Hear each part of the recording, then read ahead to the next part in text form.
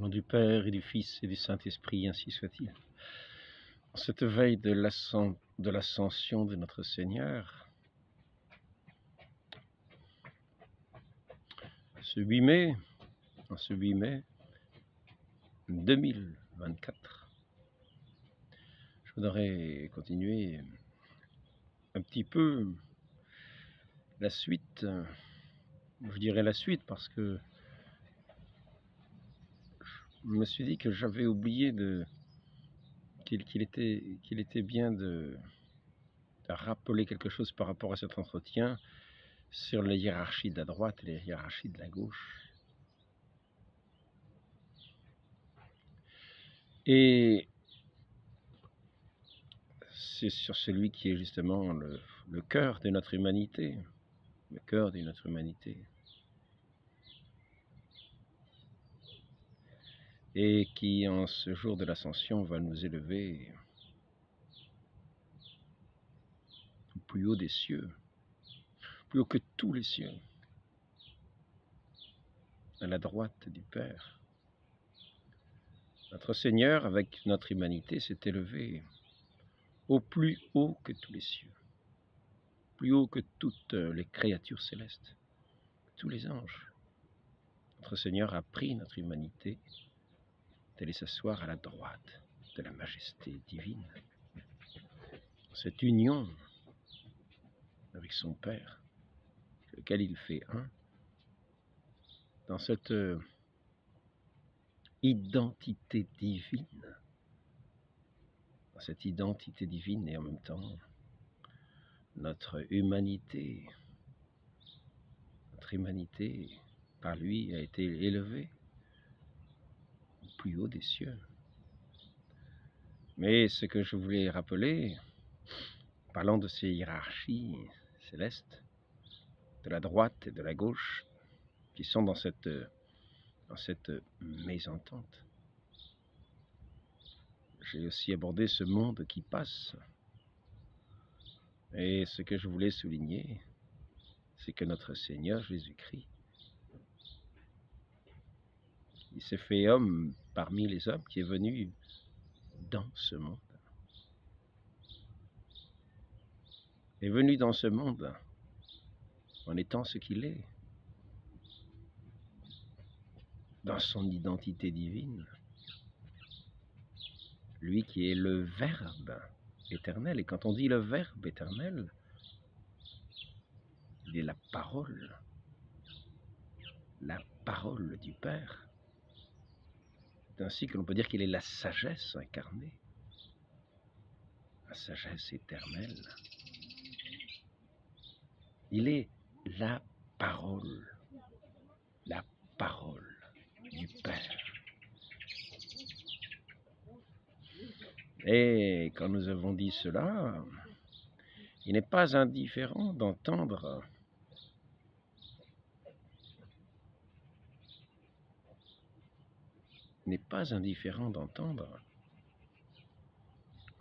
celui qui est la parole du Père, car cette parole nous jugera.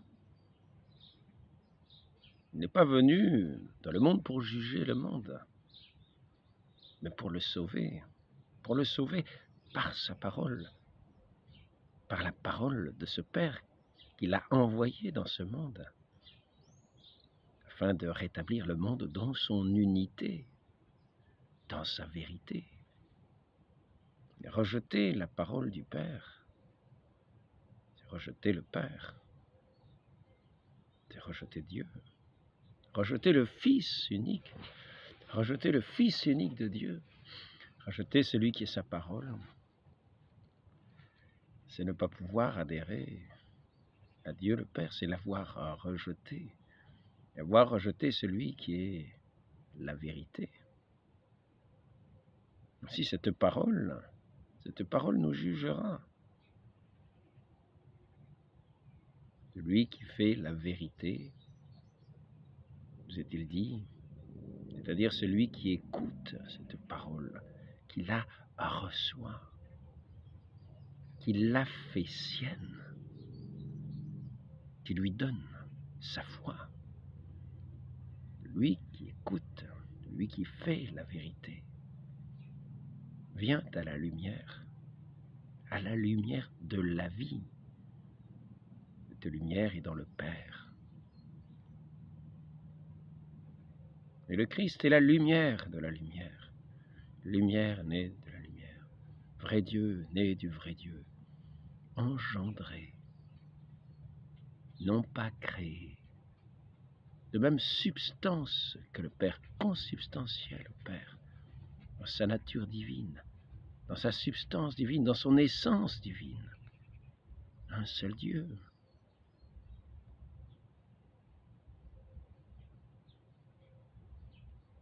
Car notre Dieu n'est pas un composé. Il est Dieu dans la plénitude. Il est Dieu dans l'éternité. Il est Dieu dans la toute-puissance. Il est Dieu dans ce qui l'identifie. Quand nous disons le mot amour, Dieu est amour. Et cet amour est un. Il est Dieu. Ainsi, notre Seigneur Jésus-Christ, le Fils unique de Dieu, la parole du Père, comme je l'ai déjà dit, quand je me suis servi de ces paroles du Coran pour parler de la très sainte Trinité, notre Père céleste n'a jamais été sans sa parole.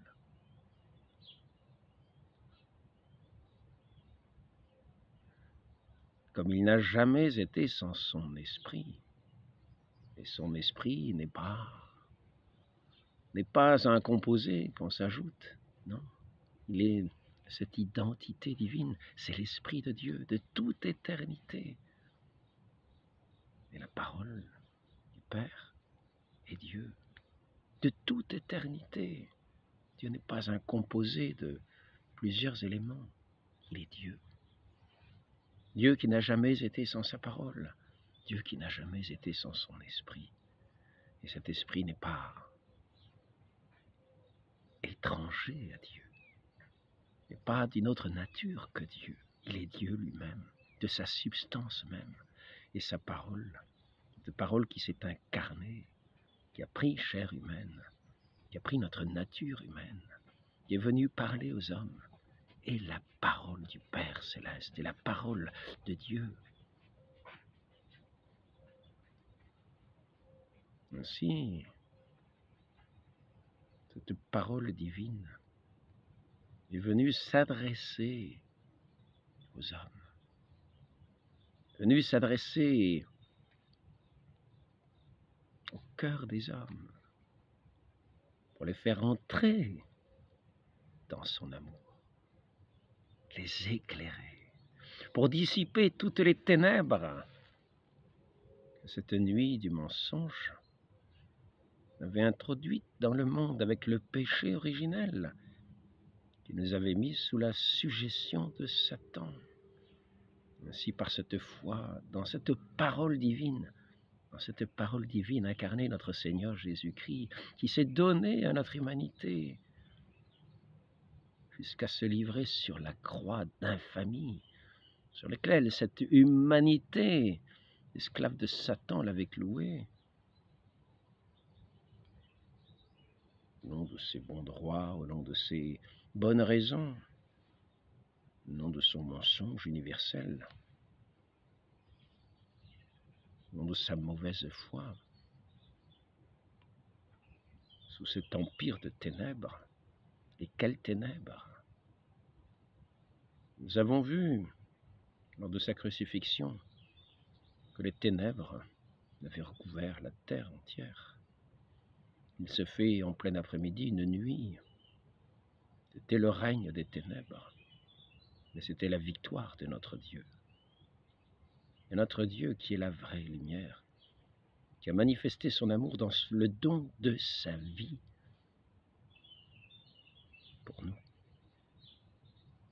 nous les hommes, afin que nous entrions dans cette amitié de Dieu, que nous saisissions cette main qu'il nous tendait. celui qui s'est fait homme, qui s'est fait notre chemin.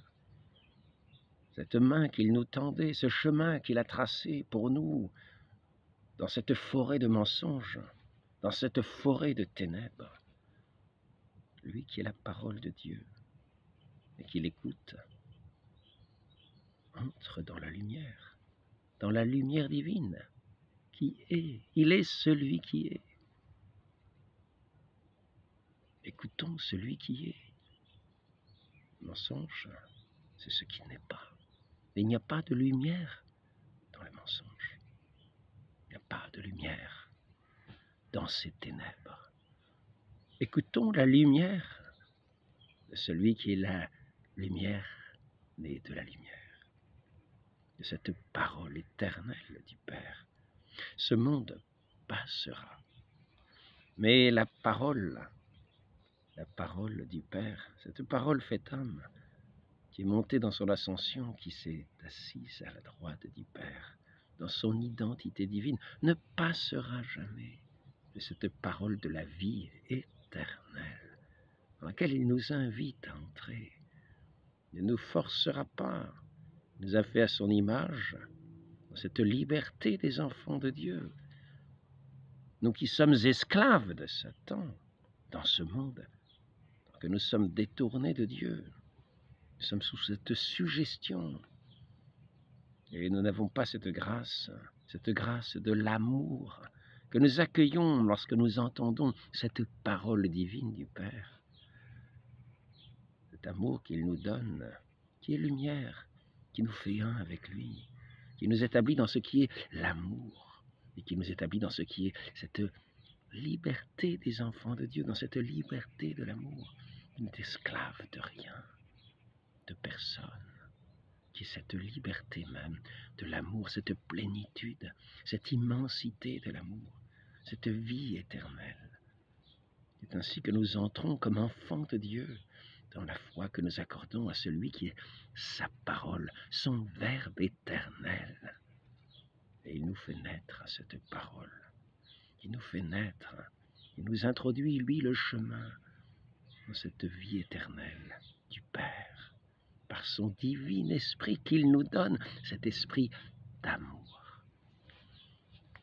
Donc, ne mettons pas en concurrence, ne croyons pas faire bonne part en disant, oui, il y a la parole de Dieu d'un côté, il y a le Verbe éternel, il y a d'un côté notre Seigneur Jésus-Christ, que certains n'appelleront pas notre Seigneur puisqu'ils le combattent. Certains diront même Seigneur, Seigneur, et ne feront jamais ce qu'il dit. Notre Seigneur leur dit, pourquoi m'appelez-vous Seigneur, Seigneur? Ne faites-vous pas ce que je dis? Ce ne sont pas ceux qui disent Seigneur, Seigneur, qui entreront dans le royaume des cieux. Ce sont ceux qui font la volonté de mon Père, qui s'est manifesté par ma bouche, par toute ma vie, par tout mon être. Moi qui suis le Verbe éternel. Ainsi notre Seigneur nous dit qui a des oreilles pour entendre, qu'il entende, et qu'il vive, qu'il vous soit fait selon votre foi. Ayez foi en la vérité, ayez foi en la vérité.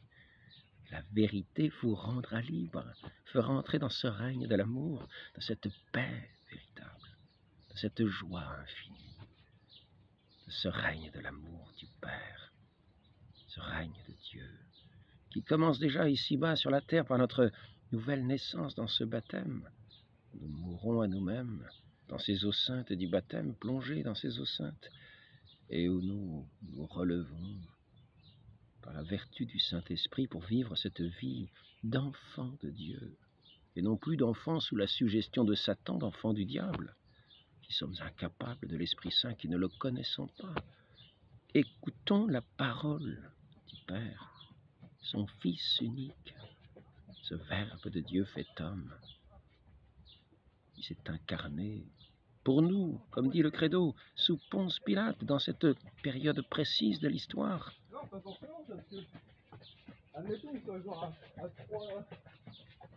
Qui a été crucifié en témoignage de fidélité, d'amour au Père, pour glorifier le Père, et c'est ainsi que le Fils est glorifié. Et c'est ainsi que tous ceux qui donnent leur foi à ce Fils, qui a donné ainsi sa vie pour la gloire du Père, entrent dans cette gloire, dans cette vie, dans ce qui est la vie. La vie. Notre Seigneur ne nous dit pas « je suis une vie quelconque », il nous dit « je suis la vie, le chemin, la vérité ». Où irions-nous, Seigneur? Tu as les paroles de la vie éternelle. Donc il ne s'agit pas d'écouter les hiérarchies de la gauche, ou ces hiérarchies de ces assemblées, de ce monde qui passe, et qui nous font croire que c'est un monde très rationnel. Entrons simplement sur le chemin de la vérité, de celui qui crée toutes choses.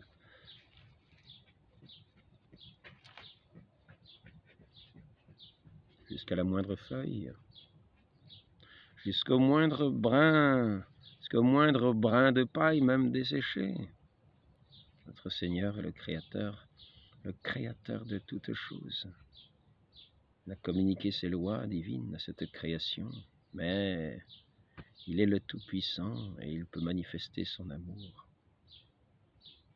Il vient parler à nos cœurs dans ses plus grands miracles, afin que nous entrions dans son amour, pour nous appeler, pour montrer ses merveilles, non pas pour nous écraser, pour que ceux qui ont des yeux pour voir puissent voir. Mais toute cette création est elle-même une merveille. Et nous en faisons partie. Nous en faisons partie dans ce plan divin. Nous qui sommes à l'image de Dieu et par sa parole, il nous invite à être façonnés à sa parole pour être à sa ressemblance. Dans ce qui est de la vraie liberté des enfants de Dieu, nous qui entrons à l'écoute de la vérité dans ce royaume de l'amour. Et c'est ainsi que nous sommes élevés avec notre Seigneur Jésus-Christ au plus haut des cieux qui est amour, ce Dieu qui est amour, à sa droite de cette majesté divine avec le Christ. Demeurons avec lui.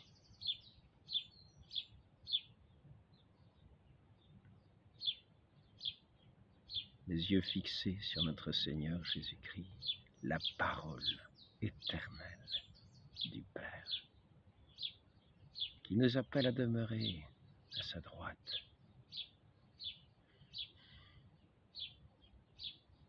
Il a établi ses apôtres pour être les juges de ce monde,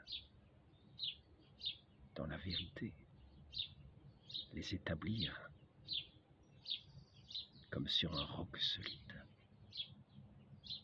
Dans cette parole inébranlable de la vérité, rien ne peut emporter la vérité. Elle est éternelle. Elle ne passera jamais.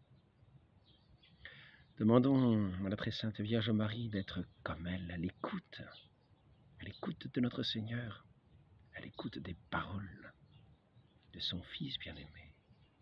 Elle qui est la mère de ce Fils bien-aimé, notre Seigneur Jésus-Christ, qui l'a nourri de son lait, qui l'a porté dans ses bras, qui l'a aimé de tout son cœur, qui nous l'a donné au pied de la croix.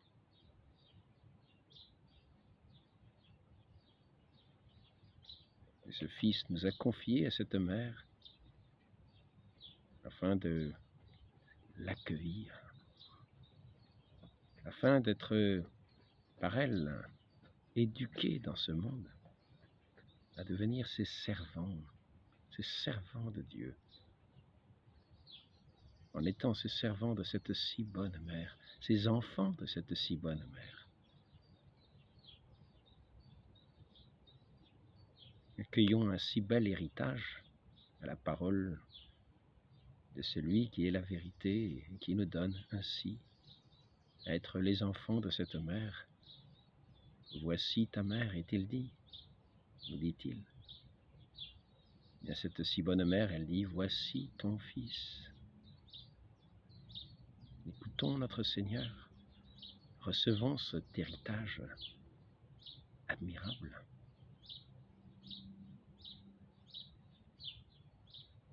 Qui nous donne une si bonne mère, qui a veillé sur ses enfants comme nous l'avons vu tout au long de l'histoire des hommes, tout au long de l'histoire, elle qui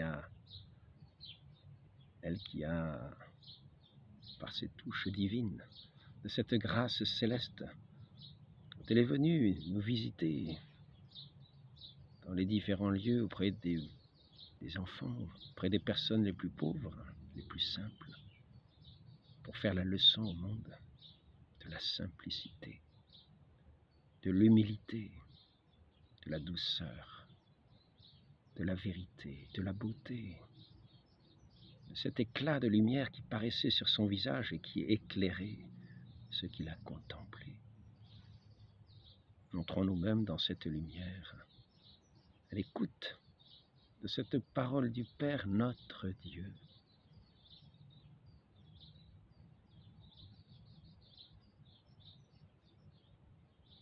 Devenons-nous aussi les servants. Disons-nous aussi,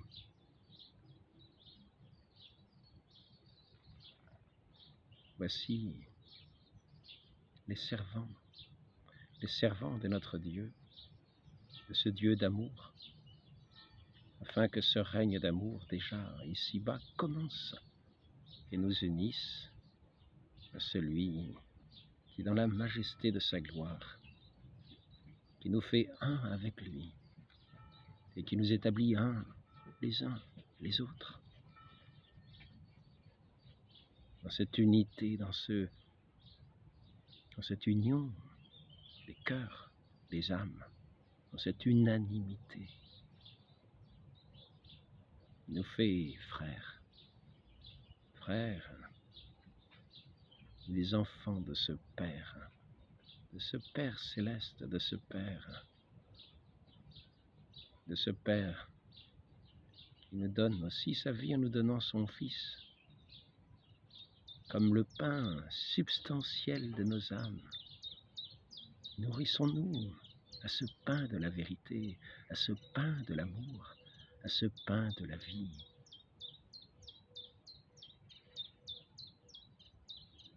Pour suivre ce chemin, car c'est un pain qui donne la force, donne le courage, ce pain de l'espérance de la gloire future qui nous est promise,